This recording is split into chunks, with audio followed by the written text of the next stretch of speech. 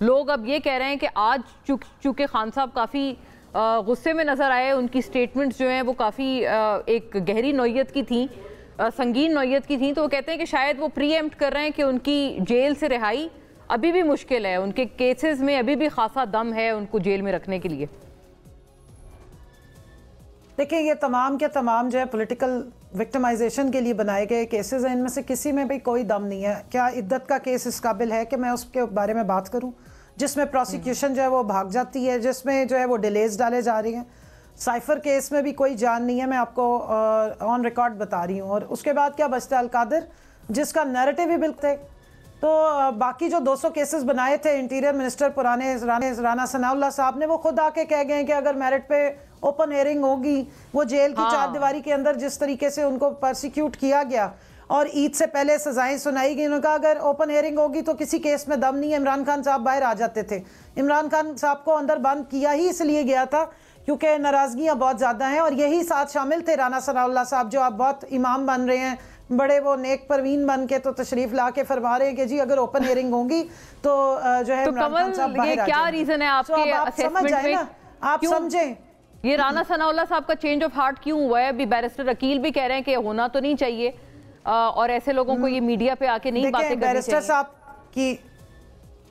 کیوں نہیں کرنی چاہیے؟ جب یہ آ کے کہتے تھے کہ جہاں 500 شیل مارنے تھے وہاں ہم نے ان پہ 650 مارے، تب تو یہ بڑے اچھے لگتے تھے سب کو۔ جب یہ ہمارے پہ کیسز بناتے تھے، جب ہمارے نام سٹاپ لسٹ میں ڈالے گئے، جب ہمارے پہ جھوٹی خبریں چلائی گئیں، جھوٹی ہمارے پہ پریس کانفرنسز کر کے ہمیں جو ہے وہ ریاست کا دہشت گرد ڈکلیئر کروایا گیا، تو اس وقت تو یہ ساروں کو بہت اچھے لگتے تھے۔ اس وقت کیوں نہیں ان کو روکا گیا کہ آپ پولیٹیکل وکٹمائزیشن کریں؟ جب عمران خان پہ روزانہ ایف آئی آر ہیں درجنوں کے حساب سے، اس پورے ملک میں ایک ہی کیس پہ 50 ایف آئی آریں کاٹی گئی، جیسے عالیہ حمزہ پہ، صنم جاوید پہ کاٹی گئی، جیسے مجھ پہ کاٹی گئی ہیں کہ ایک ہی ٹائم پہ ایک ہی جو ہمارے پہ جرم جو ثابت بھی نہیں ہوا اس کی آپ نے پورے ملک میں کاٹی ہیں، اور کٹوانے والے یہی تھے۔ تب تو بہت اچھے لگتے تھے، تب وہ آپ کی حکومت کو ریپرزینٹ کر رہے تھے۔ آج ان کے نیریٹو سے آپ ڈس ایگری کر رہے ہیں۔ دیکھیں میری بات سنیں، پولیٹیکل لیڈرز جو ہوتے ہیں نا، جو اس لیول پہ پہنچ گئے ہیں، ان کی کوئی جب وہ آتے ہیں تو وہ انفرادی حیثیت میں نہیں آتے، وہ آپ کے پارٹی کے نیریٹو کو یا آپ کی حکومت کے نیریٹو کو ہی آ کر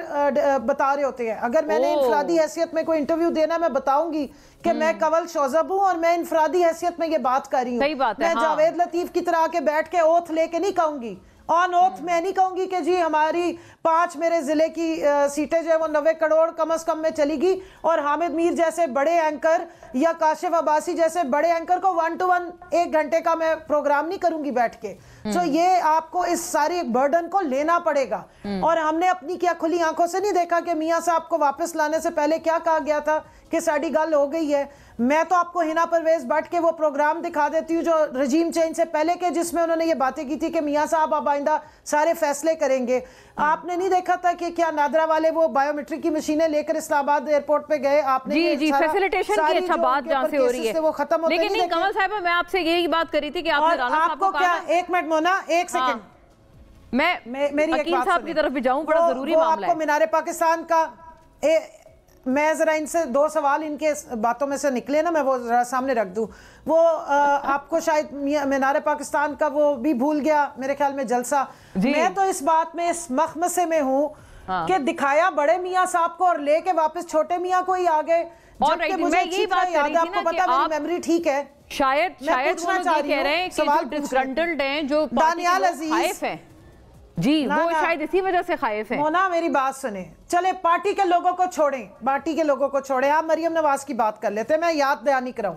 مریم بی بی نے بیانیہ بنایا کہ جو 16 مہینے کی حکومت تھی، جو ہماری حکومت کو گرا کے لائی گئی تھی، وہ تو ایک حادثاتی حکومت تھی، اور اصل میں تو جو دودھ شہد کی نہریں اور معجزے اس ملک میں کرنے والے ہیں وہ تو نواز شریف صاحب ہیں۔ جب وہ آئیں گے تو ملک ٹھیک ہو جائے گا۔ پھر وہ آئے، الیکشن بھی ہو گیا، 8 فروری بھی ہو گیا، سب کچھ ہو گیا، پھر 9 فروری بھی ہو گیا، پھر انہوں نے اپنی ایک سپیچ بھی تیار کی ہوئی تھی۔ اس کے بعد ہم دیکھتے ہیں کہ جب وزیر اعظم کے اوتھ کی باری آئی اور ووٹ کی باری آئی تو کمل صاحبہ میں معاملہ آگے لے جاتی ہوں، علاؤ میں ذرا اس کے اوپر انپٹ دونوں طرف کے آ جائیں نا، بیرسٹر صاحب کی بات سن لوں، بیرسٹر ذرا روشنی ڈالیں، اس پہ ذرا روشنی ڈالیں کہ نواز شریف صاحب کے ساتھ کیا حادثہ ہوا ہے کہ ان کو وزیر اعظم اور وہ کہتے ہیں وہ نظریاتی بھی کہتے ہیں خان صاحب بہت ہیں کہ وہ